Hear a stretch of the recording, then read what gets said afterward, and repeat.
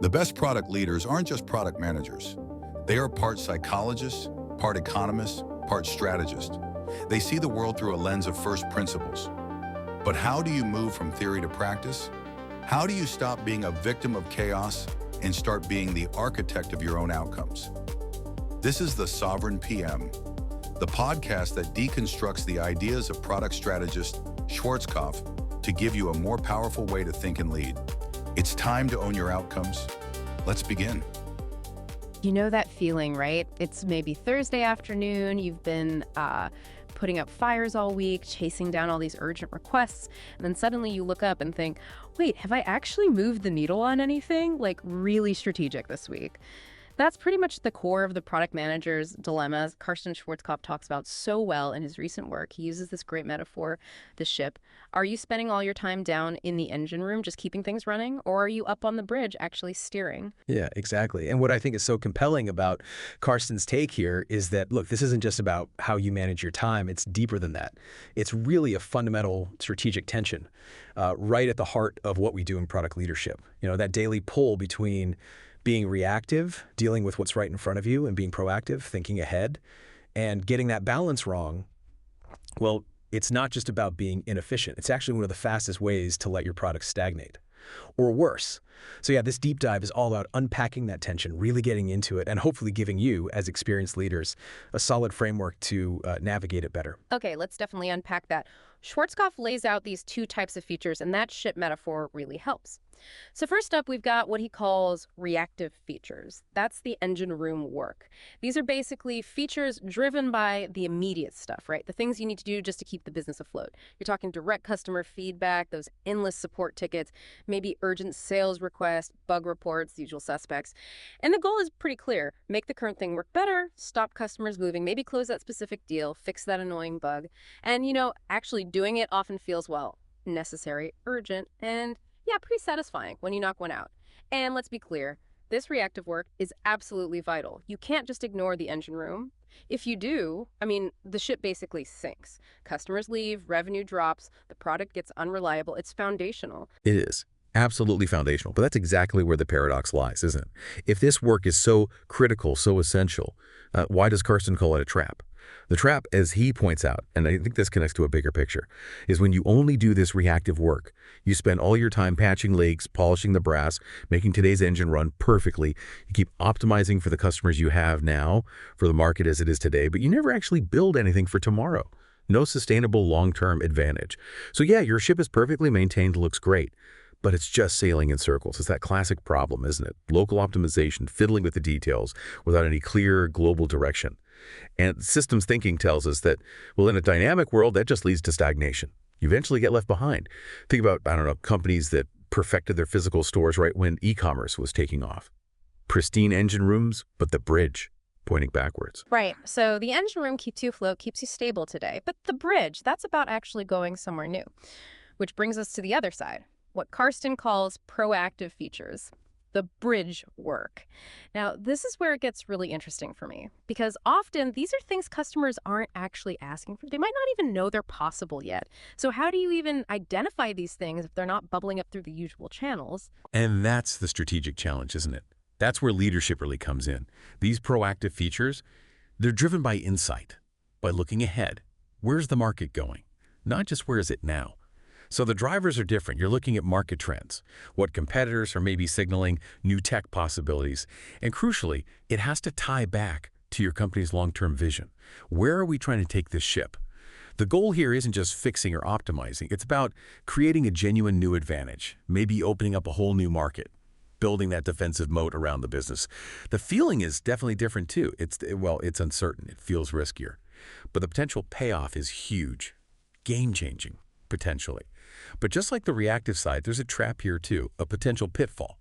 If you swing too far and only do proactive work, you risk losing touch, completely detaching from what your users actually need today. You could end up building this technically amazing spaceship, designed perfectly for a destination nobody actually wants to visit.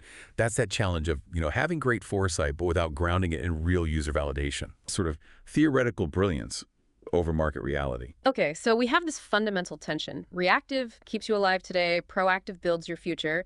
Neither is sufficient on its own.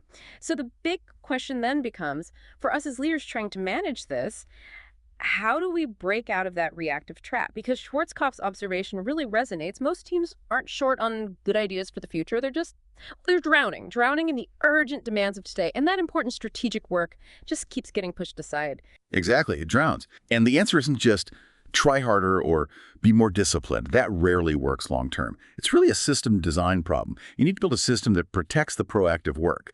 And the framework he proposes is actually quite simple, but it needs to be non-negotiable. The core idea: reserve deliberately at least 20–30% of your product development capacity purely for strategic proactive features.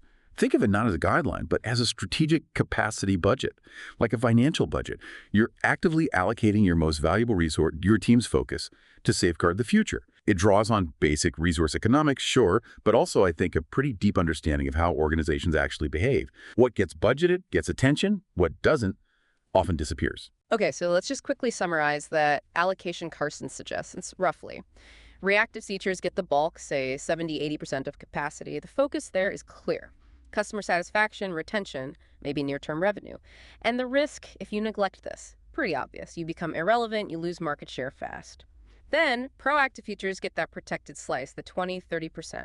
Focus here shifts to differentiation, innovation, future growth engines. And the risk, if you ignore this side, you become a commodity. You get disrupted by someone who is looking ahead. So it's really about consciously investing in both your present stability and your future viability. All right, so we get the why, the tension, the traps. We get the what's, the strategic capacity budget idea. Now, the crucial part for everyone listening, how do we actually do this? Where does the rubber meet the road in implementing this today? The article gives 3 really actionable steps. First, make it official. Sounds simple, but it means getting real buy-in from leadership to actually dedicate this capacity. Explaining it's not spare time, it's an investment. Second, create a separate backlog. This seems kind of intuitive, maybe? Giving strategic stuff its own space so it doesn't get lost. And third, justify with strategy, not revenue. Ooh, this one feels like the real test, doesn't it? Especially when, a big sales deal is pushing for a reactive fix right now. Yeah, let's dig into each of those because there's a lot underneath the surface. That first one, make it official. It sounds like maybe just getting it on the roadmap, but it's much bigger. It's fundamentally about shifting the organization's mindset. It's product asserting itself as a strategic driver, not just an order taker for other departments. It forces you as a leader to articulate the opportunity cost. What are we losing out on in the future if we don't make this investment now? It's really a declaration of strategic intent, moving the whole conversation up a level. Then, creating a separate backlog. You said intuitive, and maybe it is, but the reason it works is insightful. It's a direct countermeasure to what psychologists call the tyranny of the urgent. That feeling that immediate tasks always crowd out important long-term ones. A separate backlog creates a protected zone, a strategic safe harbor for those future-focused ideas. It shields them from that constant gravitational pull of today's demands. It's a system design choice. You're changing the environment to influence the behavior. It's kind of like, setting up a separate savings account for a big goal. If the money's mixed in with your checking, it just gets spent on everyday stuff. Separate it, protect it. And finally, that third one, justify with strategy, not revenue. This is probably the toughest, but also the most crucial for experienced leaders. You nailed it, a big potential deal streaming for attention now. Resisting that takes real clarity and courage. It demands that you have a sophisticated grasp of your company's long-term strategy, its vision. And you need the ability to articulate value in terms that go beyond next quarter's profit and loss statement. You're talking about things like competitive moats, potential network effects, building a platform for the future, things that might not pay off immediately on a spreadsheet. It really shifts the conversation from a purely transactional view of features, this feature equals this revenue, to a transformational one. This feature enables this future.